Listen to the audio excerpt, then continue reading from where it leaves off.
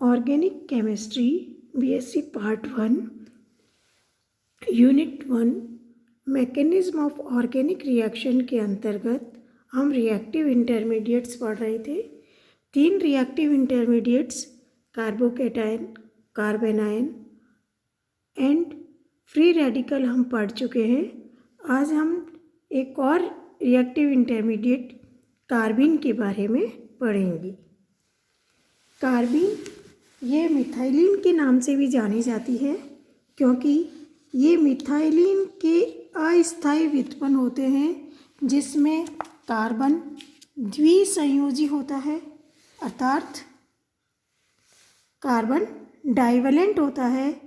Carbon परमाणु 2 बंधों से जुड़ा रहता है और उस पर 2 असहभाजित इलेक्ट्रॉन युग्म उपस्थित होता है, अनशेयर्ड पेयर ऑफ इलेक्ट्रॉन उपस्थित होता है। अर्थात कार्बन एटम के वैलेंस शेल में संयोजी कोश में 6 इलेक्ट्रॉन होते हैं। ये स्पीसीज भी उदासीन है, वह बहुत अधिक क्रियाशील होती है। कई अभिक्रियाएं कार्बिन मध्यवर्ती, कार्बिन इंटरमीडिएट के द्वारा संपन्न होती हैं। डाइज़ोमीथेन की तो समस्त अभिक्रिया कार्बिन के माध्यम से ही संपन्न होती हैं। कार्बिन इलेक्ट्रॉन षष्ठक युक्त एक ऐसी इलेक्ट्रॉन न्यून स्पीसीज होती है जिसके पास 2 अयुग्मित इलेक्ट्रॉन अनपेयर्ड इलेक्ट्रॉन होते हैं, जिसके द्वारा यह 2 संयोजी 2 कोवलेंट बॉन्ड सहसंयोजक बंध बनाती है। इन दोनों अयुग्मित इलेक्ट्रॉन का चक्रण विपरीत भी हो सकता है और समानांतर भी हो सकता है।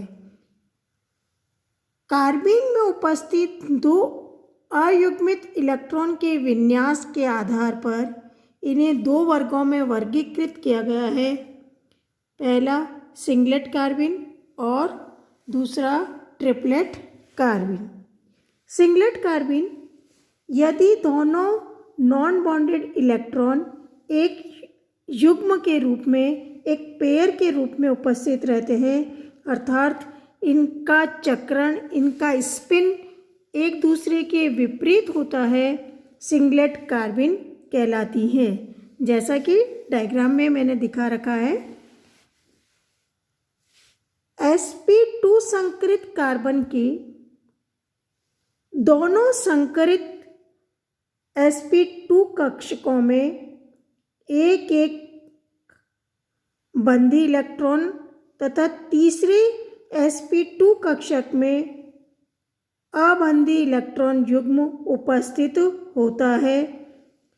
असंकरित pz कक्षक रिक्त रहता है। ट्रिपलेट कार्बिन जब दोनों नॉन बॉन्डेड इलेक्ट्रॉन अयुग्मित इलेक्ट्रॉन के रूप में उपस्थित होते हैं तथा दोनों अबंधी इलेक्ट्रॉन का चक्रण समानांतर हो तो ऐसी कार्बिन को त्रिक कार्बिन या ट्रिपलेट कार्बिन कहते हैं।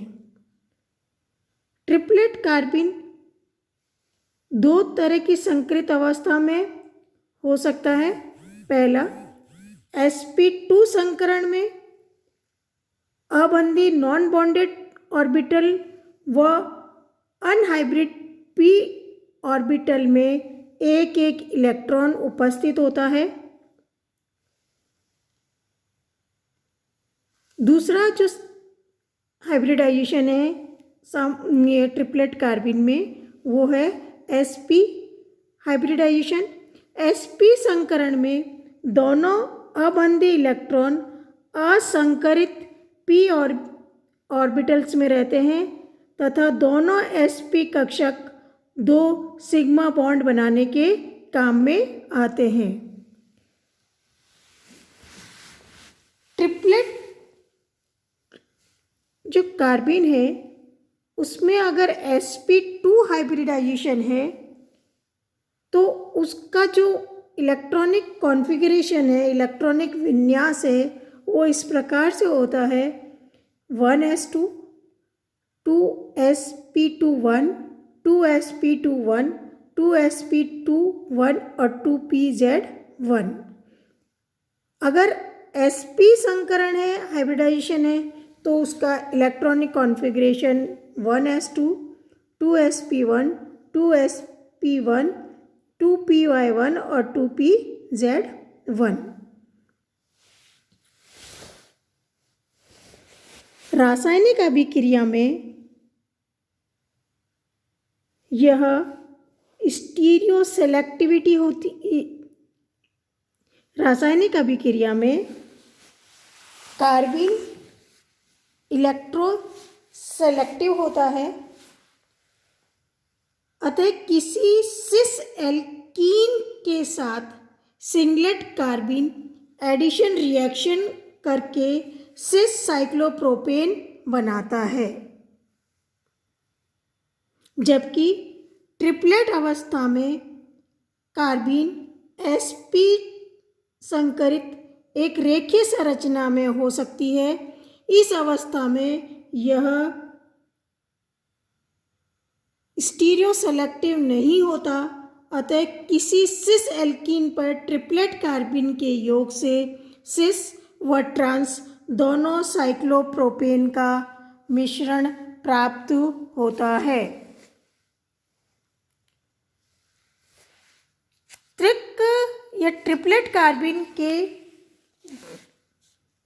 द्विबंध पर योग से एक डाइरेडिकल का निर्माण होता है और यह डाइरेडिकल इतने समय तक स्थायी रहता है कि कार्बन कार्बन एकल बंध सिंगल बॉन्ड में फ्री रोटेशन हो सकता है, मुक्त मूलक हो सकता है, जिसके दौरान